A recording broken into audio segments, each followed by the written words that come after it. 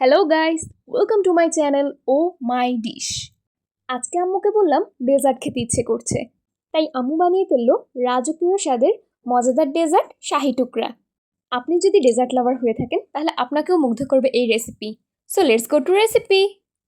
প্রথমেই পাউরুটি নিয়ে হাফ করে কেটে নেব। এরপর ফ্রাই প্যানে তেল দিয়ে দেব।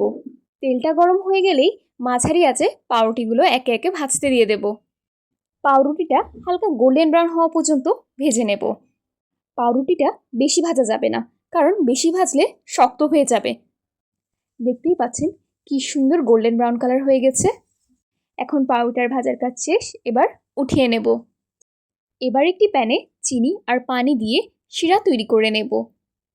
1 মিনিটের মতো ফুটিয়ে নেব, কিন্তু শিরা যেন বেশি ঘন না হয়।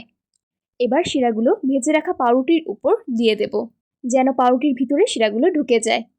এখন তো আমার ফেভারিট রাবড়ি বানানো হবে। প্যানে গরুর দুধ, কনডেন্স মিল্ক, শুকনো গুঁড়োর দুধ দিয়ে মাঝারি আঁচে কিছুক্ষণ ভালো করে ফুটিয়ে নিতে হবে। এভাবেই ঘন হয়ে যাওয়া পর্যন্ত নাড়তে হবে। দেখতেই পাচ্ছেন রাবড়ি রেডি হয়ে গেছে। এই তো শিরা দিয়ে রাখা পাউরুটিগুলোর উপর আস্তে আস্তে রাবড়ি দিয়ে দেব।